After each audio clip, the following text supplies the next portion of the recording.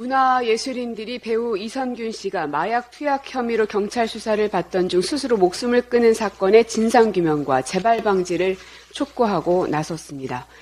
지난 12일 문화예술인 연대회의는 성명을 발표하고 수사기관에 대해선 수사 진행 도중 공보 책임자의 부적법한 언론 대응이 없었는지, 세 차례 소환 모두 고인의 출석을 공개한 점이 적법한 행위인지 밝힐 것을 요구했고, 사이버 레카 수준의 황색 저널리즘에 대한 강도 높은 비판을 이어갔습니다. 10월 19일 경기신문은 첫 단독 보도를 냅니다.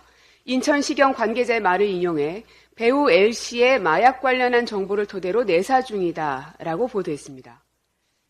인천시경의 어떤 관계자가 해당 내용을 흘려준 것인지 밝혀져야 할 겁니다. 정부의 마약과의 전쟁 선포 이후 관련 수사에서 이런 행태가 두드러지고 있는 것은 우연의 일치입니까? 고인이 정식 입건된 때로부터 2개월 동안 형법 126조 피의사실 공표죄는 전혀 지켜지지 않았습니다. 해당 법에는 검찰, 경찰, 그 밖에 범죄 수사에 관한 직무를 수행하는 자 또는 이를 감독하거나 보조하는 자가 그 직무를 수행하면서 알게 된 피의 사실을 공소 제기 전에 공표한 경우엔 3년 이하의 징역 또는 5년 이하의 자격정지에 처한다고 되어 있습니다. 지금까지 숱한 사건들에서 검찰, 경찰의 피의 사실 공표는 반복되고 있지만 처벌받았다는 보도는 들어본 적이 없습니다. 1995년부터 최근까지 764건의 피의사실 공표죄가 접수됐지만 단 한 건도 기소되지 않았기 때문입니다. 그러니 처벌받은 사람도 당연히 없겠죠.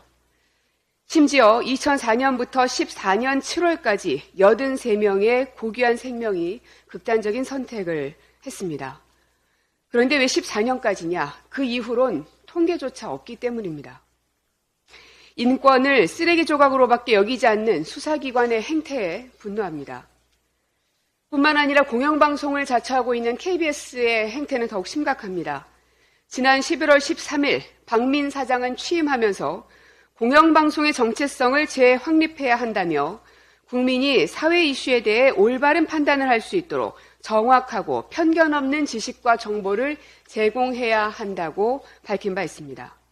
그러나 11월 24일 KBS는 같은 달 초 음성 판정을 받았던 때임에도 불구하고 정규 뉴스 시간까지 할애해서 유흥업소 실장의 통화 녹취록을 공개했습니다. 이후에는 가로세로 연구소 같은 극우 유튜버들이 사생활 침해성 폭로를 일삼으며 사이버 레카 행태를 계속했습니다.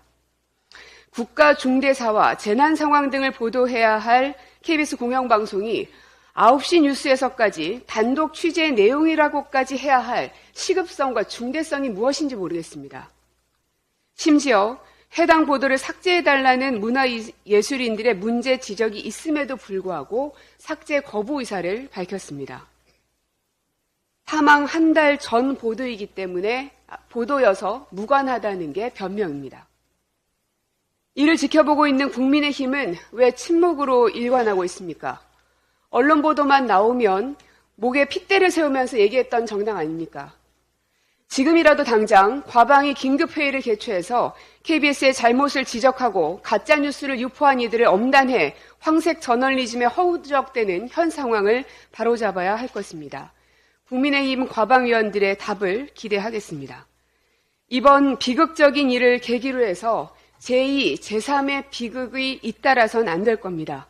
경찰의 망신주기 수사 행태와 언론의 인격 침해 보도 관행은 바뀌어야 합니다.